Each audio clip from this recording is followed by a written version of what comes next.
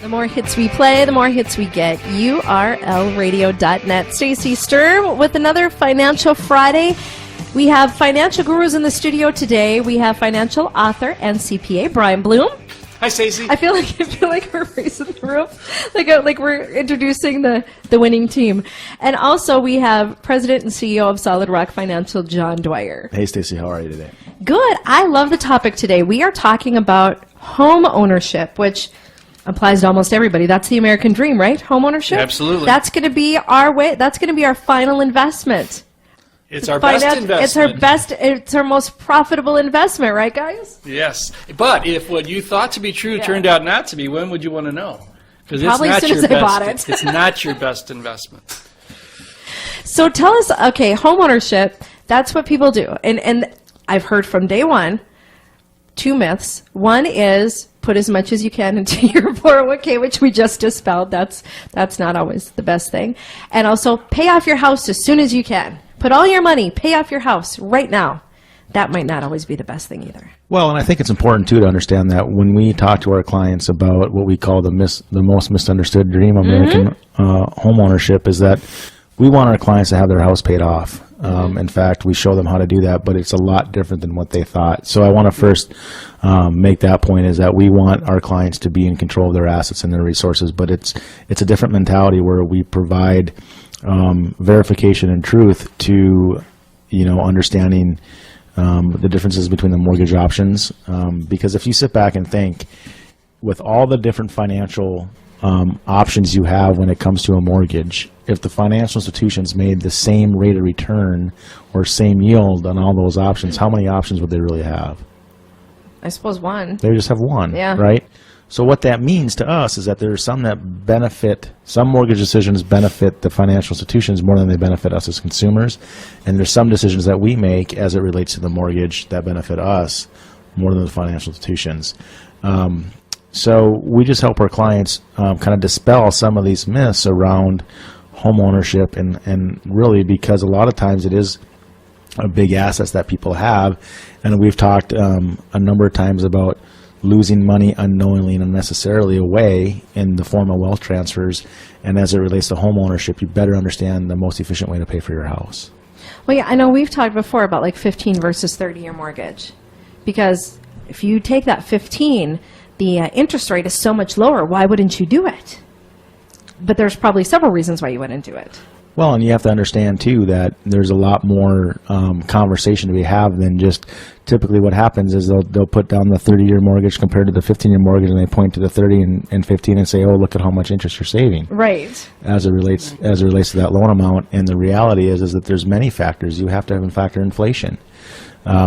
If the financial institutions are really only concerned about interest, you have to sit back and ask yourself, why are they enticing me then to do a 15-year mortgage with a lower interest rate?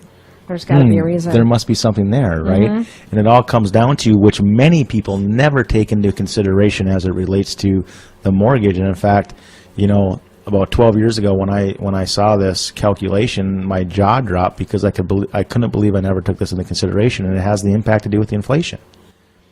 The purchasing power that we have on our dollars, if you have a $1,000 mortgage payment and you maintain that mortgage payment for 20 years from now, that mortgage payment's still going to be $1,000. Right. Right? Yeah. But what happens to our purchasing power of our dollars as it relates to inflation over those 20-year periods? So 20 years from now, when I make a $1,000 payment, I'm only purchasing $400 to $500 worth of goods, depending on what the inflation rate is. That's true.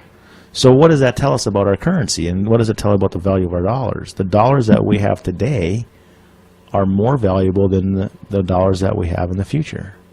So when the bank gives us a 15-year loan, they're wanting our more valuable dollars faster, as opposed to the 30-year loan settling for our less valuable dollars 29 years from now. And that's exactly what they want us to have, because they understand inflation better than anybody. Yeah.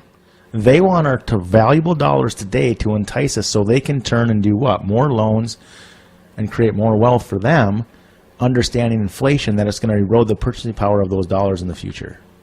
Right? And so their conversation stops and says, look, just look how much interest you're saving. Right. Well, you have to turn the coin all the way over, and you need to start looking at opportunity costs. You need to start annualizing inflation, right? Because the reality is, no matter how you pay for your house, whether you pay for it in cash or you take out a loan, you're still financing it. Right. And what I mean by that is if you go to the mortgage company and you take out a loan, you're paying interest for the use of those dollars for your house. Right. But if you pay cash for that house and you take the money out of an account that's earning 4 or 5%, you are no longer earning 4 or 5% on that money once you drain the account. Right. So therefore, you are earning and you are paying interest. You just don't taste it, see it, and smell it. Yeah. But see, the conversation never goes that depth No. because they'll say, look how much money you're saving. The reality is if you have a same interest rate environment and you pull money from the account earning a 4% and you have a 4% mortgage, if you pay 4% or if you pay cash for that house earning 4%, at the end of the day, the house costs you the same amount of money as it did if you financed it.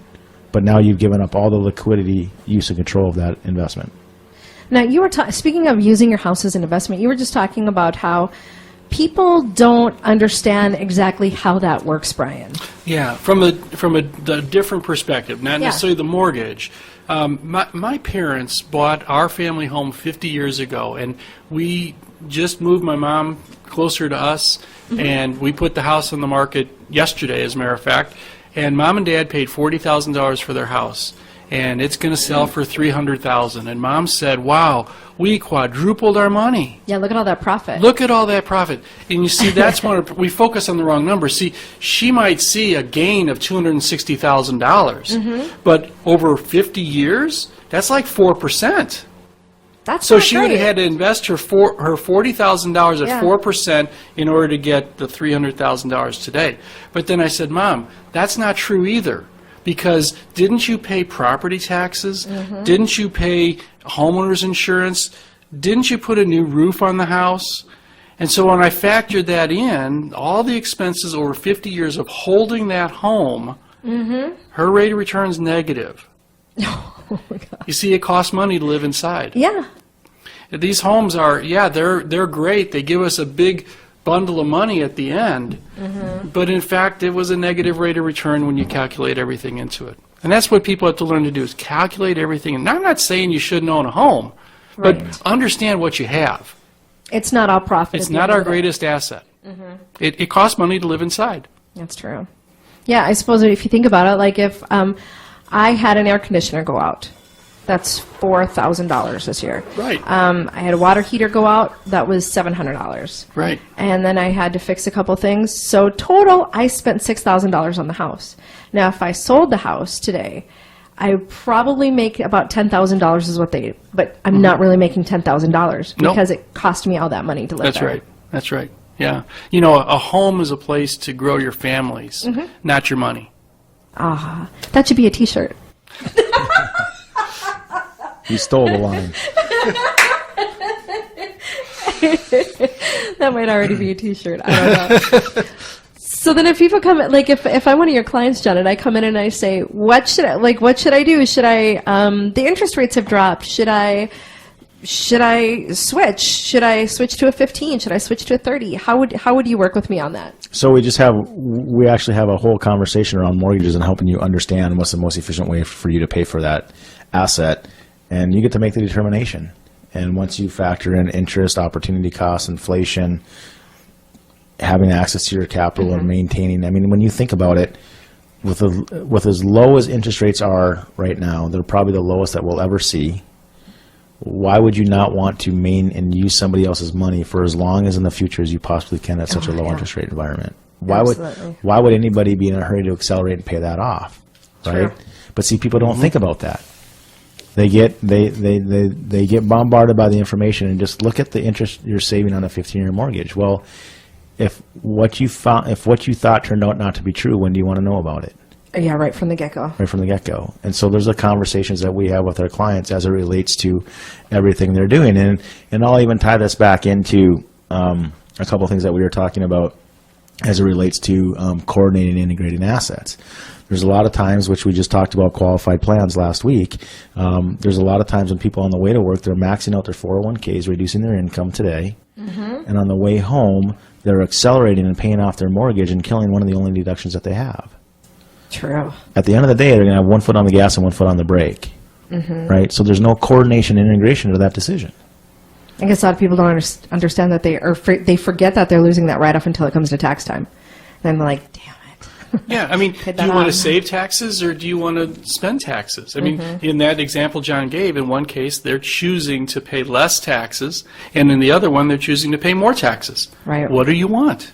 People don't realize that they're all coordinated together. Yep. And so we just help our clients understand that. So if you were to come into our office, we have a whole conversation, a whole meeting just around mortgages, because it is one of the bigger assets that people have starting out, right? And helping them understand how much you want to pay to sleep inside, and you better understand the most efficient way to pay for it so it benefits you, not the financial institutions.